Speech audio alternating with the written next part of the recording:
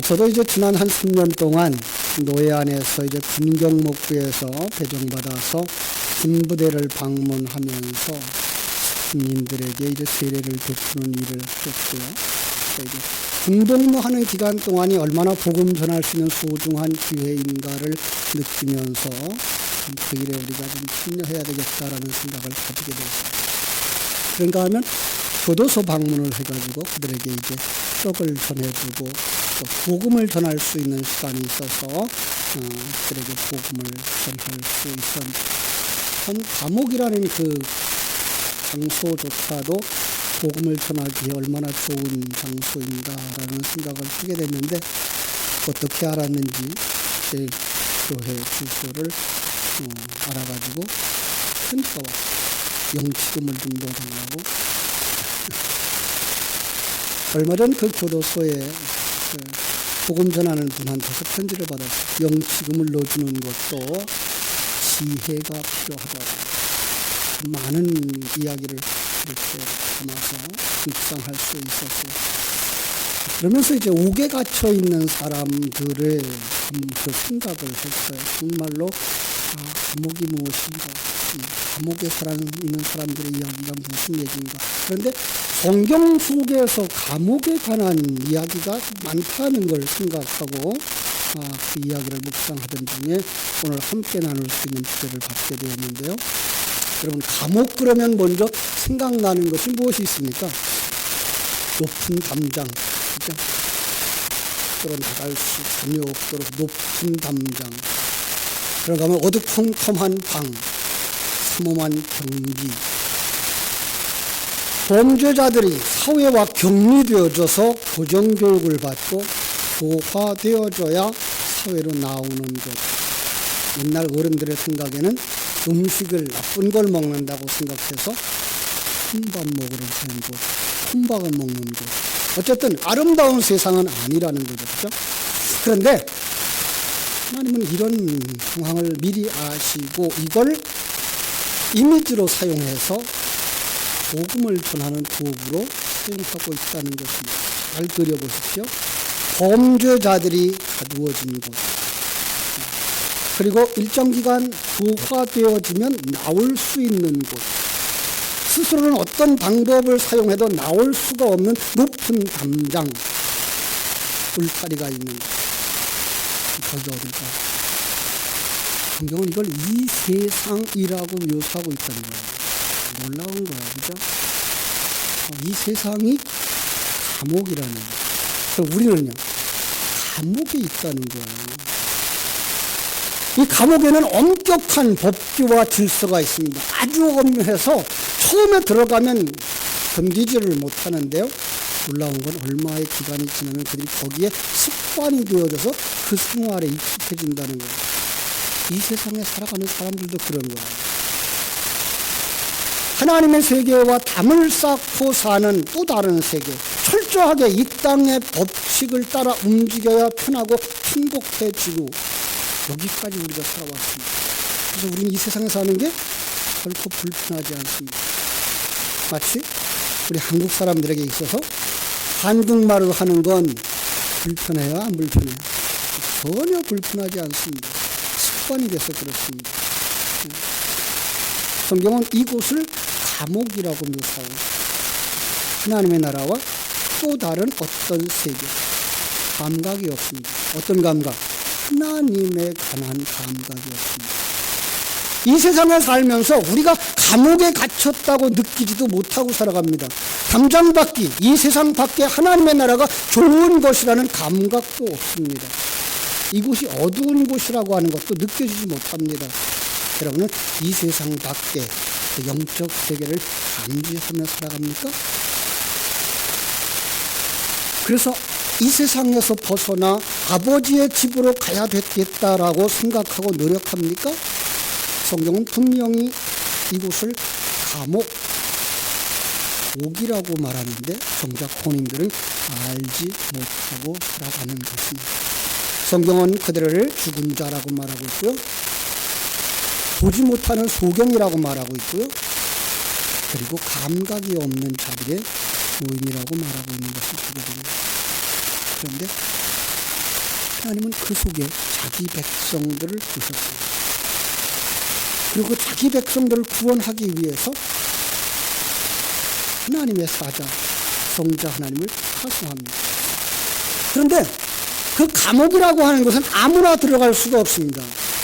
그 속에 있는 자들에게 들어가서 무언가 그 변화를 시키기 위해서 그 속에 들어가려고 그러니까 본질적으로 같은 존재가 되지 않으면 안 되는 겁니다. 다시 말하면 죄인을 구원하기 위해서는 죄인의 모습으로 이 땅에 와야 하셨다라는 겁니다. 이게 감옥의 법입니다. 죄인이 아니면 감옥 문 안에 들어갈 수가 없는 거예요. 죄인이 아니라면 그들의 대표도 될 수가 없는 것입니다. 그래서 예수님이 이 땅에 오시는 것은 본질적으로 우리와 하나 똑같은 존재가 되어져서 오는 것이었습니다. 그럼 그 대표적인 이야기를 제가 한곳 찾아볼게요. 창세기 40장입니다. 창세기 40장 그러면 거기 누구 나오죠? 요셉이라는 사람이 나옵니다. 하나님은 그 감옥에 들어오는 술 맡았던 관원장을 살리기 위해서 그 자리에 죄인의 모습으로 요셉을 먼저 보냈습니다. 이 요셉은 예수의 상징인 것입니다. 그럼 요셉이 어떤 죄를 지었습니까? 사실은 요셉은 죄를 지은 것이 없습니다. 그런데 요셉은 죄인의 형상을 입고 이 땅에 오신 예수의 상징적인 모습이기 때문에 바로 죄를 뒤집어 쓰고 그 감옥에 들어가게 됩니다. 마치 하와가 에덴 동산에서 선악과를 따먹고 타락하자 그 남편이 선악과를 따먹고 같이 내려오는 것과 같은 모습이라는 것 우리가 알 수 있습니다. 요셉은 정작 자기가 가늠한 것이 아니죠. 그 가늠한 보디발의 아내가 그의 죄를 뒤집어 씌워서 그런 감옥에 들어갔습니다. 그래서 그걸 예수의 형상이라고 말하거든요. 그래서 놀라운 건 출애굽, 우리가 여호수아를 다 읽으셨으니까 이제 아시죠. 출애굽의 시작에서부터 마지막까지가 요셉의 장례 속에 들어가 있다는 거예요. 예수님의 죽으심 안에 우리의 구원이 완성되는 그림을 요셉의 유해를 판에서 메고 나가서 그 40년 광야 생활 그리고 가나안 땅에 다 분배받고 할 때까지 가지고 있다가 여호수아 24장에 가서 그 유해를 마지막에 장례하는 그런 모습으로 가나안 정복의 일이 끝나는 날. 다시 말하면 우리의 구원은 예수 그리스도의 죽음 안에 들어가 있다라는 이야기를 해주고 있는 것입니다. 여러분, 그런데 그 감옥에 요셉이 들어가 있는 그 감옥에 누가 들어오죠? 술 맡았던 관원장과 떡 맡았던 관원장이 들어옵니다. 네. 어떻게 나누을까요? 우리는 그 두 종류의 사람으로 나눌 수가 있는데, 하나는 마땅히 죽을 사람, 하나는 이제 복직해서 다시 왕을 섬길 사람. 그러니까 우리가 알고 있는 이 세상이라는 감옥 속에도 두 종류의 사람이 살고 있더라는 겁니다. 하나는 구원받는 사람, 하나는 그냥 버림받고 지옥으로 떨어지는 사람. 우리 신앙의 눈을 가지고 이걸 보면은 뭐라고 말해요? 누가 구원받아요? 예수 믿는 사람. 예수 믿는 사람은 구원받고 예수 믿지 않는 사람은 지옥에 던져지는 것입니다. 그런데 그걸 다른 사람은 모릅니다. 누구만 압니까? 요셉만 압니다. 그 요셉은 어떤 사람으로 묘사되고 있는가 하면 창세기 40장에 보면 꿈을 해석하는 자 이렇게 나옵니다. 이것을 보고 계속적인 꿈을 해석하는 꿈꾸고 해석해달라고 하는 그런 일을 이야기하는 거 아니에요. 이 꿈은 어떤 꿈이에요? 성경은 그 꿈이라는 단어 속에다가 하나님의 나라의 일들을 다 담아주셨어요. 그래서 다른 사람은 해석하지 못하는데 요셉은 해석해요. 왜요? 그는 하나님의 나라의 일을 아는 자라. 그래서 술 맡았던 관원장의 미래, 떡 맡았던 관원장의 미래를 예측할 수 있습니다. 이젠 여러분들도 예측할 수 있죠. 저도 예측할 수 있어요. 어떤 사람이 천국에 갑니까? 네, 예수님의 생명을 가진 자, 거듭난 사람, 하나님을 왕으로 모시고 자기가 종으로 청지기로 살아가는 그 사람은 죽으면 어디 가요? 천국에 가요. 그러나 예수님을 알지 못합니다. 하나님을 알지 못합니다. 이 세상이 전부인 줄만 알고 세상적인 가치관을 가지고 세상적인 세계관을 가지고 사는 그 사람은 이 세상에서 아무리 선한 일을 많이 했다고 하더라도 어디 갈까요? 그럼 우리는 이제 보았습니다. 이 감옥 같은 세상 속에 요셉은 누굽니까? 바로 여러분입니다. 여러분은 이제 이 세상 모든 사람들의 운명을 예언할 수 있습니다. 저 사람은 천국 갈 사람, 저 사람은 지옥 갈 사람. 네. 이게 요셉입니다. 그런데 당시 그 그림으로 말하면 예수님입니다. 예수님만 어디서 왔기 때문에? 하나님 나라에서 왔기 때문에 하나님의 나라의 일에 알아 하시는 겁니다. 그래서 이제 거기서 술 맡았던 관원장은 복직해서 왕을 다시 섬기게 되어지고 떡 맡았던 관원장은 이제 죽어서 지옥 가는 그런 그림으로 일어나는 겁니다. 이걸 사전 지식으로 가지고 이제 오늘 본문으로 돌아오겠습니다. 사도행전을 지난번에 다 읽으셨기 때문에 어떤 내용인지 우리 잘 알죠. 거듭난 하나님의 사람들의 내적인 충만한 삶과 외적인 증인의 삶을 묘사하고 있는 우리의 삶을 모습을 그리고 우리에게 격려해서 이 삶을 살라고 요구하시는 책이다라고 했습니다. 그 속에 많은 하나님의 아들 예수 그리스도의 일하심이 들어가 있는데 오늘도 그 중에 하나입니다. 이제 16장에 가보면은 이제 바로 앞 1절부터 보면은 거기서 누가 나오죠? 바울이 디모데를 데리고 빌립보에 들어갑니다. 예, 빌립보 지방에 가는데 12절 이렇게 말합니다. 거기서 빌립보에 이르니 이는 마게도냐 지방의 첫성이요 또 로마의 식민지라. 이 성에서 수일을 유하다가 안식일에 우리가 기도할 곳이 있을까 하여 각 문밖 강가에 나가 거기 앉아서 모인 여자들에게 말하는데 두아디라 시에 있는 자색 옷감 장사로서 하나님을 섬기는 루디아라 하는 한 여자가 말을 듣고 있을 때 주께서 그 마음을 열어 바울의 말을 따르게 하신지라. 이 빌립보 지방을 어디라고 말하죠? 마게도냐의 첫성. 첫성 그러면 생각나죠. 이번 주에 우리가 여호수아를 읽었는데 여리고성. 그죠? 여리고성.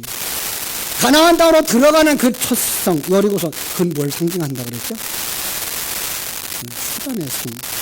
내 속에 있는 옛사람의 성. 얼마나 단단해요? 어떤 무기로도 부술 수 없어요.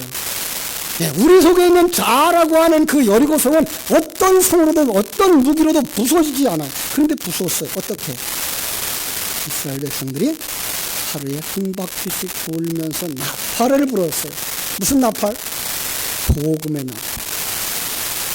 일주일 한 바퀴씩 돌고 마지막 7번째 날은 7바퀴를 돌고서 함성을 질렀습니다. 그들 속에 있는 복음의 나팔을 크게 불었더니 성이 무너졌습니다. 누가 무너뜨린 거예요? 하나님. 그렇습니다. 여리고성은 하나님이 무너뜨립니다. 이번에 여호수아서를 읽으신 신부님들 가운데 놀라운 걸 발견했습니다. 여리고성은 하나님이 무너뜨렸는데요. 그 땅을 차지하는 건 우리가 해야 돼요. 그렇습니다. 하나님께서 분배해 주신 그 땅을 점령하는 일은 우리의 일이었습니다. 그래서 그 여리고성이 무너집니다. 여기 그 무너지는 모습을 어떻게 표현하고 있죠? 주께서 그 마음을 열어 바울의 말을 따르게 하신다. 이것이 뭐예요? 여리고성이 무너집니다. 또 하나의 그림이 있습니다. 16장 18절. 바울이 심히 괴로워하여 돌이켜 그 귀신에게 이르되 예수 그리스도의 이름으로 내가 네게 명하노니 그에게서 나오라 하니 귀신이 즉시 나오더라. 어떤 그림이죠? 여리고성이 무너지는 그림입니다. 내 속에 자아가 무너지는 그림입니다. 그것이 뭐예요? 귀신이 나가는 모습입니다. 귀신이 나간 걸로 끝나지 않습니다. 거기에 무엇이 차야 되죠? 말씀이 차서 그 말씀을 따라가는 것입니다. 이렇게 밑그림을 그려놓고 이제 오늘 본문으로 갑니다. 그 일로 말미암아서 점치는 귀신 들린 여자아이가 점치지 못하게 됐습니다. 그 주인이 소망이 끊어진 줄을 알고 돈을 더 이상 벌 수 없는 줄을 알고 바울과 실라를 잡아다가 관리들에게 끌고 갑니다. 관리들은 그들의 말만 듣고 옷을 찢어버리고 매로 쳐서 옥에다 가두었습니다. 옷이 찢겨졌다. 그리고 매를 맞았다. 누가 생각납니까? 예수가 생각나죠? 또 다른 사람, 여리고로 내려가다가 강도 만난다. 그죠? 옷이 찢겨지고 맵을 맞고 거반 죽게 된 상황이죠. 자, 바울과 실라가 그러한 상황에 대해 그렇게 처한 이유가 뭡니까? 이유가 있나요? 없나요? 이유가 없습니다. 억울하게 옥에 갇힌 것입니다. 요셉이 그러했던 것처럼, 예수가 그러했던 것처럼, 우리가 이 세상을 살 때도 이런 일을 만날 수가 있습니다.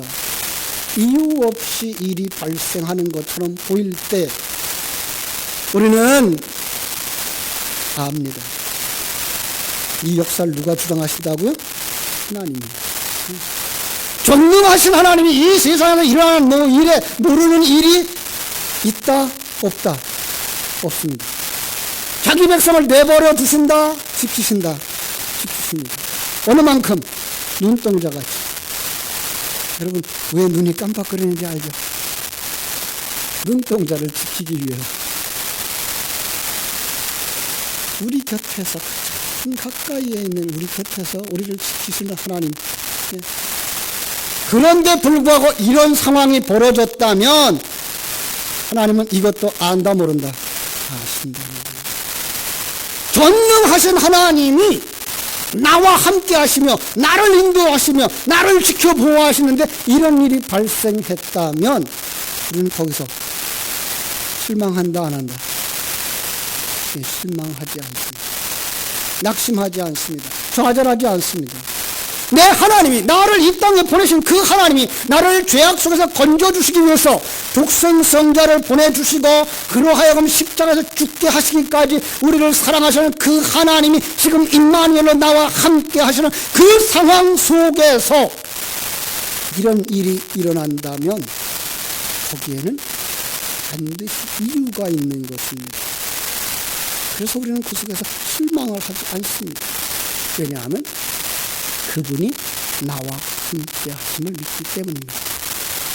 그럼 뭐 할까요? 우리는 오히려 거기서 감사하게 되어지고 기도하게 되어집니다. 감사하고 기도하면 그의 입에서 찬송이 나오게 되는 줄로 믿습니다. 그래서 한밤중에 바울과 실라가 기도하고 하나님을 찬송하더라라는 이야기가 나오는 것입니다. 그럼 거기서 기도했습니다. 어떤 기도할까요? 빨리 감옥에서 나가게 해달라고? 내 문제가 빨리 해결해달라고? 좋은 직장 달라고? 다른 사람은 떨어뜨리고라도 나는 붙여달라고? 아니요. 기도는 진리의 말씀을 되새기는 것입니다. 진리는 하나님의 일하심입니다. 그래서 우리는 어떤 상황에 처했을 때에 하나님의 전능하심부터 생각하는 것입니다. 약속을 신실하신 하나님, 반드시 그 약속을 이루시는 하나님, 나를 하나님의 아들로 만드시고 그리스도의 신부로 만들어서 천국까지 인도해 주시겠다고 약속하신 그 하나님의 약속을 되새김질 하면서 그 하나님은 가장 좋은 것으로 내게 주셨다고 믿음을 고백하는 그 식도입니다. 그럼 지금 내가 처한 이 상황 안 좋은 것입니까? 가장 좋은 것입니까? 대답이 없어요. 그렇지 않아요? 신령한 눈이 열려서 하나님이 주신 이 환경이 참 좋은 것인 줄 믿는 믿음이 있기를 주님의 이름으로 축원합니다. 생각할 수 없는 이런 상황이 내게 벌어졌다면 거기엔 분명한 이유가 있는 것이다. 믿습니까? 왜 나를 감옥에 넣으셨을까? 왜 나를 손해보게 하셨을까? 하나님 대답할까요? 안 할까요? 반드시 대답하십니다. 여러분들이 그 기도할 때에 하나님은 반드시 당신에게 응답하십니다. 지진이 일어납니다. 옥토가 흔들립니다. 집이 기초째 흔들립니다. 그랬더니 열쇠들이 다 풀어집니다. 하나님이 열면 인간이 막을 수 있다 없다? 없습니다. 옥토가 흔들리고 문이 열리자 뛰쳐나오는 사람이 있었습니다. 누굴까요? 금방 읽었어요. 누구요? 감옥인들도 모르고 살았던 사람, 간수였습니다. 그 사람은 감옥에 살면서 감옥이 감옥인 줄 모르고 살았어요. 우리의 모습 아닙니까? 이 세상이 감옥이며 그대로 살다간 그냥 멸망할 수밖에 없는데 나오지 않고, 아니 나가는 것조차도 몰라요. 안타까운 거죠. 어제 요 소래 어시장에서 불이 났대요. 소래 시장이 다 타버렸대요. 다행히 사람들이 없는 새벽 1시였기 때문에 사람을 상하지 않았어요. 그럼 이 세상이 망할 것입니다. 우리는 여기서 나가야 됩니다. 그런데 그걸 망하는 장소인 줄 모르고 있다면 나갈까요? 안 나갈까요? 안 나갑니다. 거기서 우두머리 노릇하고 있었던 사람이 간수입니다. 자, 그때에 그는 감옥의 법에 따라서 자기가 죄의 수를 놓아버리면 그 죄수의 형벌을 자기가 받아야 되는 것 때문에 그 두려움을 가지고 자살하려고 합니다. 이걸 지켜본 이가 있었습니다. 바울과 실라입니다. 증인들이었습니다. 그들이 소리칩니다. 몸을 상해하지 마시오. 우리가 다 여기 있어. 그는 생각이 달라졌습니다. 세상 법대로 살지 않는 이들이 있다는 것을 발견하게 됩니다. 세상 법은 어떤 겁니까?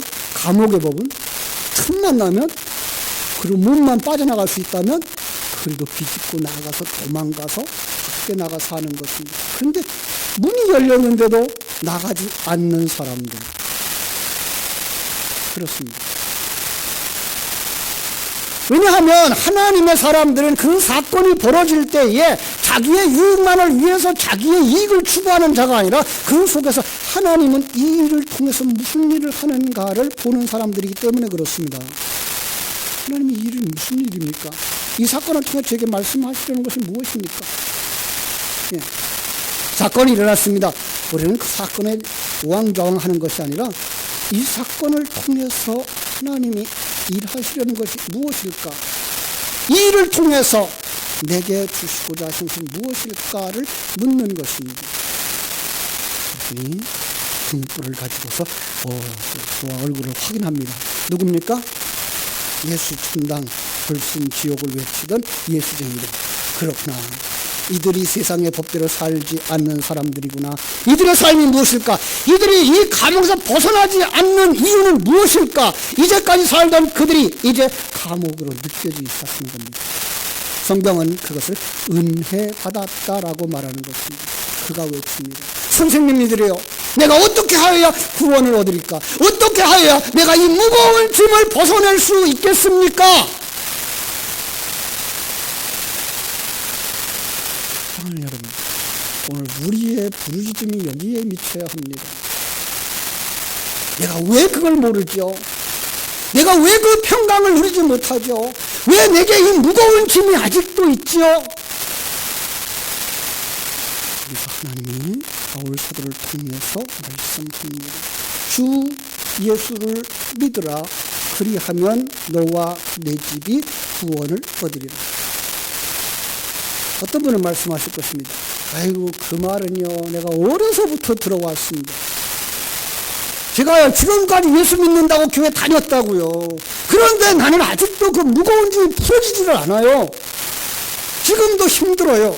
여러분, 성경이 말하고 있는 주 예수를 믿으라라고 하는 말은 그냥 입으로만 나 예수 믿습니다, 그냥 몸만 교회 안에 나와서 교회에 와서 앉았다 가는 것으로 그게가 예수 믿는 것 아니라는 사실입니다. 성경이 말하고 있는 놀라운 비밀은 주 예수 안에 담겨진 전능하신 하나님을 아는 것이며 그 하나님의 계획을 아는 것이며 그 하나님과 나의 관계를 아는 것이며 그분이 나를 향하여서 펼치고 있는 놀라운 일하심을 깨달아 알고 지금까지 내가 주인으로 살던 그 주인의 자리에서 내려와 천지기의 자리로 가며 자기 인생의 주님을 왕으로 모시고 주인으로 모시고 살아갈 때 그걸 주 예수를 믿는다라고 말하는 것입니다. 그렇습니다. 그래서 제가 늘 사용하는 비유 가운데 하나가 요한복음 마태복음 13장 44절입니다.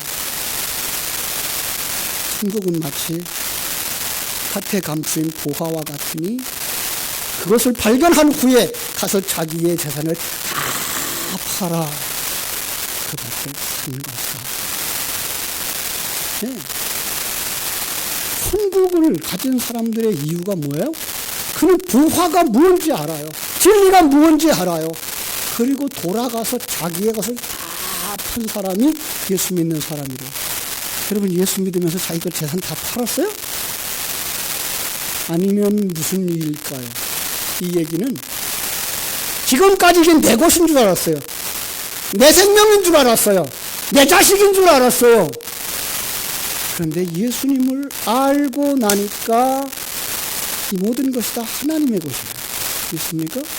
그래서 시간도 물질도 내게 주신 은사도 재능도 기회도 하나님이 주신 거구나. 이건 다 하나님의 것입니다. 등기 내버리는 게 뭐예요? 다 파는 거예요. 그때부터 우리 어떻게 살아요? 가지고 살아요. 그런데 뭘 어떻게 살아요? 내가 주인이 아니고 나는 천지기로 사는 거예요. 그걸 갖다 예수를 믿는다라고 말하는 것입니다. 이제부터는 잃어버려도 그렇게 속상하지 않습니다. 왜? 내 건가요? 주님 거지. 네. 많이 가져도 자랑할 게 없습니다. 내 건가요? 주님 거지. 그래서 이 세상에서 평강을 누리며 살아가는 것입니다. 그걸 또 다른 표현로 말하면 세례를 받는 것이라고 말하고 있습니다. 나 세례 받았는데요. 성경이 말하고 있는 세례는 그 정도가 아닌 내가 주인인 자리에서 내려와 죽는 것입니다. 없어지는 것입니다. 그리고 내 안에서 주님이 사셔서 주인 되는 것입니다. 이것이 바로 신앙생활입니다. 이렇게 되어질 때 그 사람 속에 무거운 짐들이 풀려지는 줄로 믿습니다. 얽매였던 그 감옥에서 풀려 자유하는 자가 되어지는 줄로 믿습니다. 사랑하는 여러분, 성경은 바로 여러분과 내 지금의 모습을 비춰주는 거울입니다. 역사 속에 그 과거에 있었던 일, 그 사람이 했던 일, 나하고 상관없는 일? 아닙니다. 그걸 비추어서 내 모습을 보게 하시는 겁니다. 지금 우리는 감옥에 갇혀 있는 이 간수와 같은 모습으로 살고 있더라는 것입니다. 바울과 실라의 그 기도 소리, 찬송 소리, 그리고 그들의 그 증거를 통해서 이제 우리는 이러한 요청 앞에 서는 것입니다. 당신은 예수를 믿겠습니까? 라는 질문 앞에 말은 그냥 간단하게 나 예수 믿어요. 그럼 이제부터 교회 오면 되나요? 이 정도가 아니고 이제까지 내가 주인으로 삼고 살았던 내 인생의 모든 주권을 주님께 내려놓겠습니까? 라는 질문인 것입니다.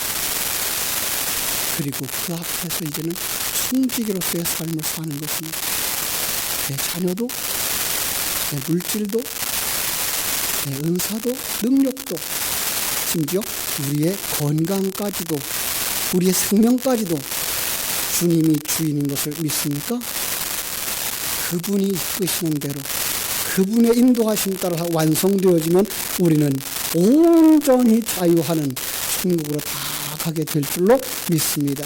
이 믿음 가지고 삶의 현장 속에서 기도하며 찬송하며 그리스도의 영광을 드러내는 이 마지막 시대에 다음 세대를 위하여 본을 보이는 성도들이 다 되시기를 주님의 이름으로 축원합니다.